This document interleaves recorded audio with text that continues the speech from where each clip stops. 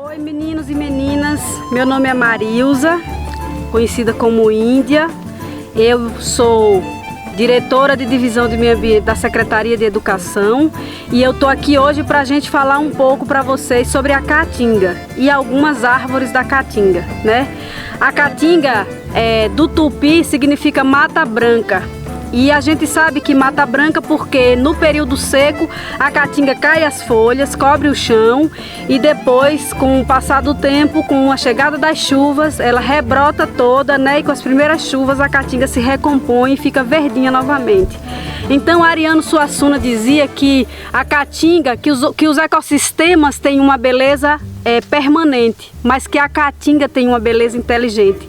Porque para guardar a água, né? Para manter-se viva no período crítico da seca, ela cai as folhas, cobre o solo e logo no início das chuvas começa a rebrotar. Então a caatinga ela é um bioma exclusivamente brasileiro, só existe no Brasil, ocupa 70% do Nordeste brasileiro, né, região semiárida, com mais de 800 mil quilômetros quadrados de extensão e com uma população de pouco mais de 200 milhões de pessoas. Então a caatinga é um lugar riquíssimo, já foram repertoriadas, ou seja, já foram registradas mais de 900 espécies. Dessas espécies registradas, 380 são endêmicas, ou seja, quando eu falo que é endêmica, são plantas que só existem na caatinga, não existem em outro ecossistema. Mas, apesar de toda essa riqueza, de toda a biodiversidade da caatinga, é um bioma que corre muito perigo, porque é um bioma muito devastado, que inicialmente começa pela extensão da pecuária extensiva, né? Aí depois vem o desmatamento para a implantação de monoculturas. Aqui no território de Irecê se deu o desmatamento da caatinga para a monocultura de feijão. Em seguida, pela cultura irrigada de cebola, cenoura e beterraba, e com isso vem os processos de desertificação. No Brasil, 15% do território da caatinga já se encontra em desertificação. Esses dados são dados bem lá de 2010, 2011, né? Mas a gente sabe que esse número já pode inclusive ter avançado em termos de porcentagem. Então a caatinga corre perigo e nós estamos aqui na área do Instituto de Permacultura e Terras Secas, IPTerras, que tem uma área de caatinga preservada, né, que seria a nossa reserva legal aqui. E eu vou fazer, já que esse espaço é um espaço destinado às aulas vivas e passeios ecológicos, hoje eu vou fazer um pouco para vocês, um pouco o que eu faria na aula presencial, que é mostrar algumas espécies da caatinga para que a gente possa dialogar sobre elas. Eu estou aqui, vou falar agora do surucucu, que é essa árvore que nós estamos aqui embaixo, né? O surucucu é uma planta nativa da caatinga, é uma leguminosa, ela tem um potencial forrageiro muito grande, ou seja, é uma planta que serve para alimentar os animais. Antigamente as pessoas utilizavam a madeira para lenha e da cinza do surucucu fazia sabão, porque ela tem um poder cáustico muito forte. E aí ela serve, né, a própria cinza colocada na água salobra para amenizar o sal da água, para lavar a roupa, era muito utilizado pelas pessoas. Então são plantas muito úteis, as plantas da caatinga. E o surucucu é interessante porque faz alusão à cobra, né? Você já viu o espinho do surucucu, o tamanho? Então é um espinho que você pisando nele, se furando, diz que dói tanto quanto a picada da cobra. Então é sempre bom andar atento, porque a caatinga ela é composta por espécies lenhosas principalmente, mas temos cactáceas, bromeliáceas, herbáceas, e a maioria dessas plantas da caatinga elas têm espinho. E por que ela tem espinho? Porque é uma defesa. Inclusive muitas delas guardam sua reserva de água nos espinhos, né? Ou parte dessas reservas. Por exemplo, os angicos, as barrigudas que não são espinhos, são acúleos, né? São mini reservas, né, que as plantas têm, e também defesa contra os predadores, inclusive nós seres humanos, né, que somos o principal predador da caatinga. Então eu quero apresentar hoje essas espécies aqui para vocês e convidar para esse passeio ecológico com a gente. Bora lá?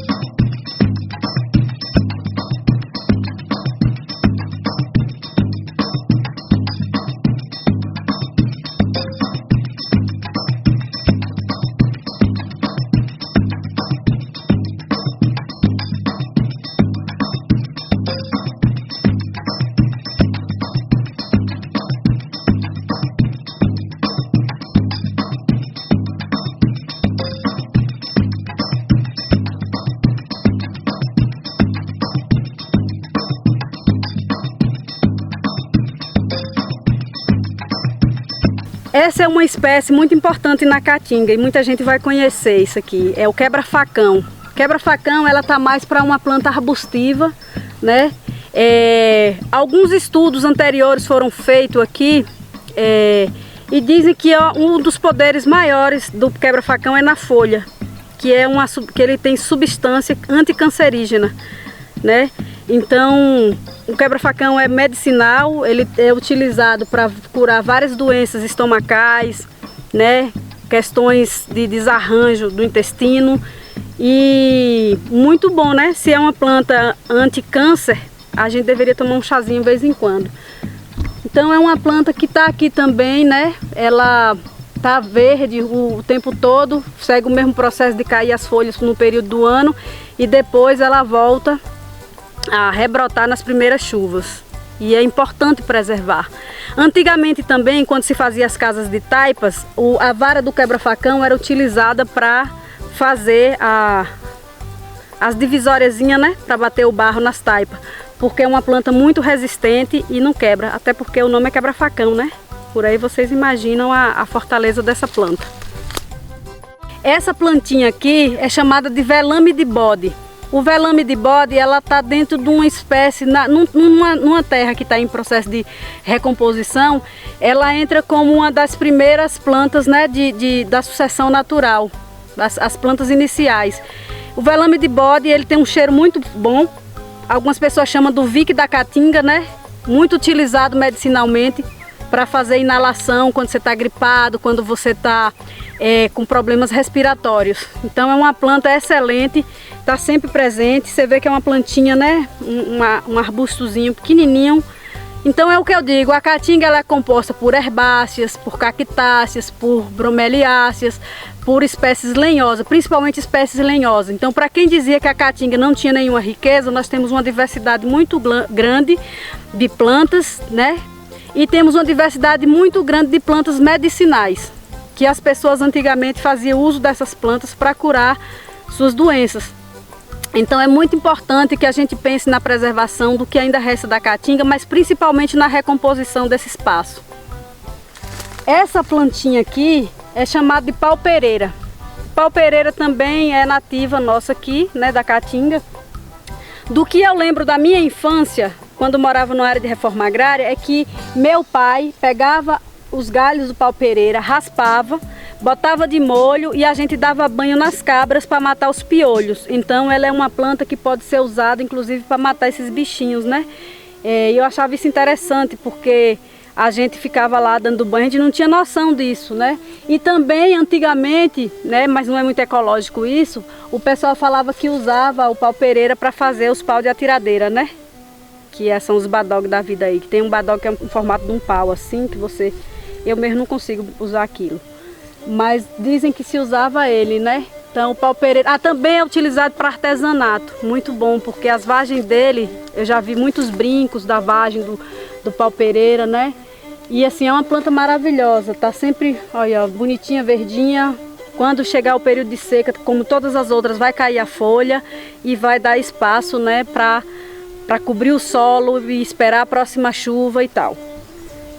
Bom, e aí dando continuidade à nossa trilha da Caatinga, a gente tem aqui, alguns chamam de alecrim de bandeira, outros chamam de alecrim de vaqueiro, outros chamam de carqueja da Caatinga, né?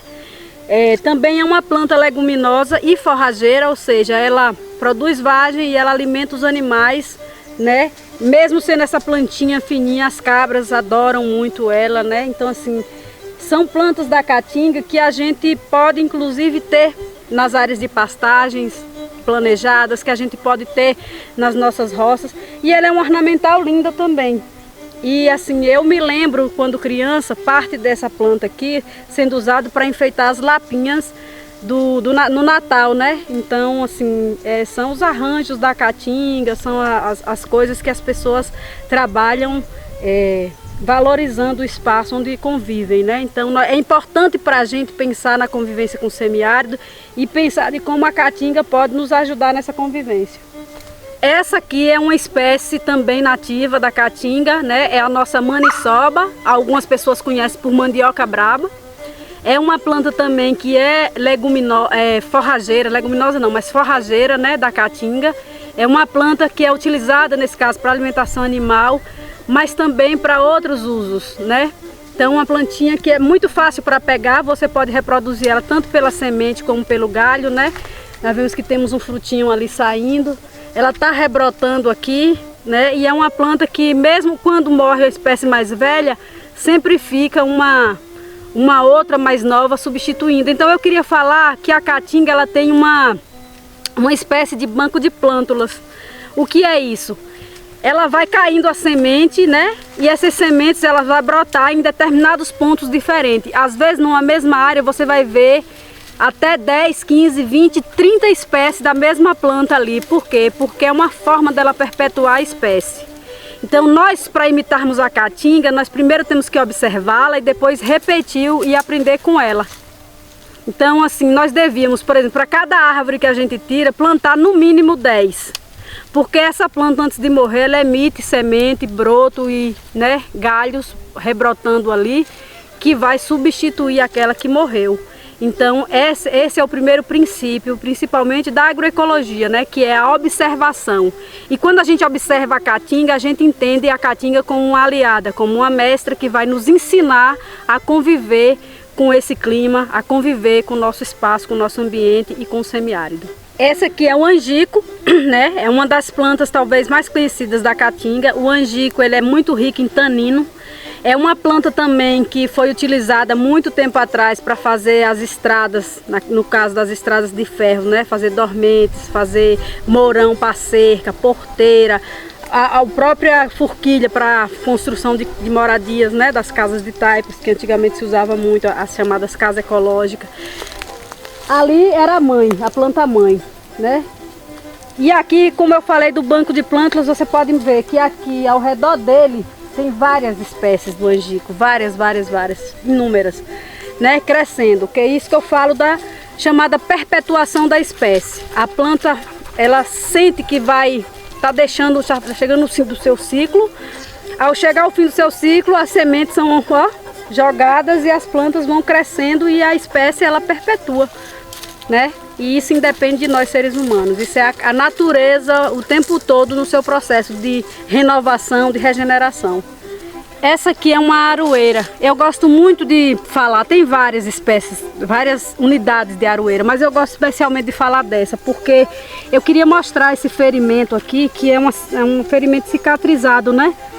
Que as pessoas, a aroeira é uma planta assim que tem um poder medicinal muito rico, inclusive anti-inflamatória. É uma planta que foi muito utilizada também para fazer vários móveis, para fazer cerca, para morão, para porteira, para dormentes, para estrada de ferro, né, na época, enfim, que era utilizada. Casa. Mas o uso também medicinal é o que é mais utilizado nos últimos tempos. Só que as pessoas vêm e tiram a casca no tronco, como se o único poder medicinal da planta fosse no tronco. Quando na verdade você pode cortar um galhinho da planta, né? Um galho fino, tirar a casca, utilizar e essa planta vai rebrotar e não vai ter um prejuízo. Aqui ela perde muito tempo para cicatrizar, o que impede o desenvolvimento da planta.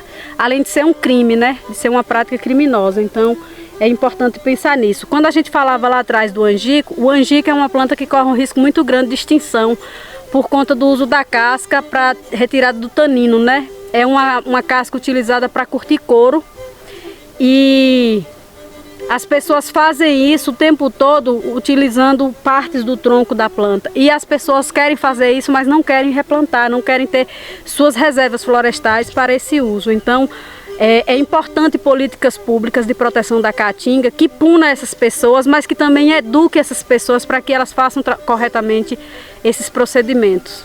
Então, eu queria falar para vocês também dessa plantinha aqui, que é a chamada unha de gato, né? É cabuloso porque o espinhozinho dela, quando dá aquela arranhada na gente, a sensação é a mesma, né? É uma planta leguminosa da caatinga, muito utilizada para lenha. Mas abelhas amam, eu esqueci de falar isso, eu queria chamar a atenção para uma coisa importante. Todas as plantas da caatinga são pasto apícola. As abelhas adoram, fazem a polinização, colhem o mel, enfim. É um acolhimento para as abelhas e para a gente, porque sem abelha é impossível produzir alimento. E por isso que é uma preocupação muito grande com o uso do agrotóxico, porque o agrotóxico mata as abelhas, né?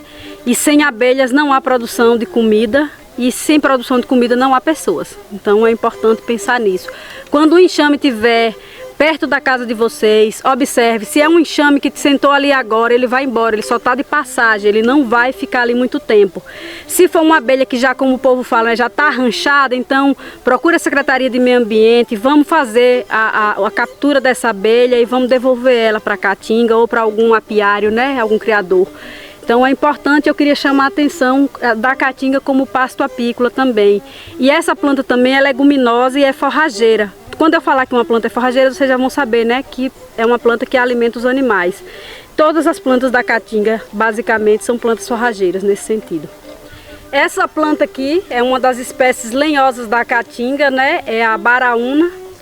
Uma planta que os nossos avós falavam muito do uso dela para fabricação de pilão e mão de pilão. Até minha avó dizia assim, que o pilão era bom de aroeira, mas a mão de pilão era boa, era de baraúna, né? Os brotos da baraúna servem como remédio, né? Para curar diarreia, para combater a diarreia, e também é uma anti-inflamatória. Então assim, são as plantas nossas, assim, nas nossas espécies. Eu estou falando aqui, gente, de um recorte. Mas estudado e registrado, nós temos mais de 900 espécies, né? Como eu falei anteriormente. E aí a gente precisa conhecer essas espécies para a gente poder preservar. Então, essa é mais uma delas. Então, essa aqui é uma planta maravilhosa, a macambira, né? A macambira alimenta principalmente os preás, os roedores na caatinga. É uma planta que muito utilizada na convivência com o semiárido para fechar a cerca. Por exemplo, quem cria galinha não quer que os pintinhos e as galinhas invadam a roça do vizinho, normalmente planta no rodapé da tela, né, protegendo ali. É uma planta também que é criadora, como o sisal, como os agaves, né? Ela também é essa planta criadora, ela ajuda outras plantas a crescerem, porque como o formato da folha dela é esse formato de bica, a água que cai, mesmo do sereno, né, é levada até o tronco da planta. Então é uma planta que colhe água, né, na caatinga. Isso é muito importante quando a gente pensa, por exemplo, em planejar um ambiente de agrofloresta, um ambiente, né, que vai... Agora é uma planta que, assim, a dificuldade do manejo com ela é o espinho, né, mas também é uma proteção para a sua roça, para seu espaço, se você quiser proteger sua cerca, inclusive.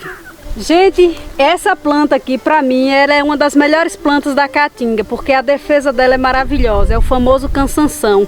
Eu não sei se vocês se lembram, mas na história da invasão da Bahia pelos portugueses, lá na ilha de Itaparica, a história de Maria Filipa, ela derrotou os caras com isso aqui, ó. Deu uma surra de cansanção nos caras, enquanto eles se coçavam e se agonizavam, né, com a coceira do cansanção, destruíram e botaram fogo nos barcos. Então é uma planta que eu tenho muito respeito. E é nossa aqui também, ó. Faz parte desse ecossistema. Essa planta é um juazeiro, né? O famoso pé de juá. É uma planta também da caatinga, nativa da caatinga, né? Serve como alimentação animal. Já serviu muito como alimentação das pessoas.